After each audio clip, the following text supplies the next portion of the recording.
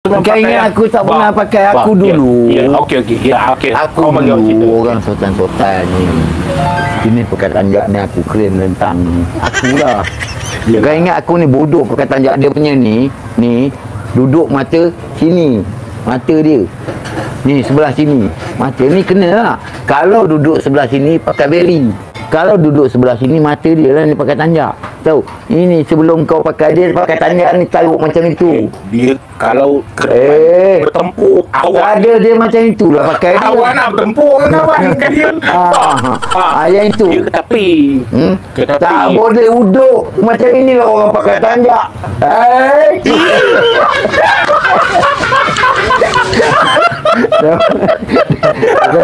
Dah mula naik. Aduh. Cuba itu kawan belum sanggup pakaian kawan pak. Aku malas pakai tanjak. Barulah handsome. Aku. Ya pak. Duduk diam tengok pak. Ya Allah pak. Kemai pak nampak. Kemai pak. Alamak.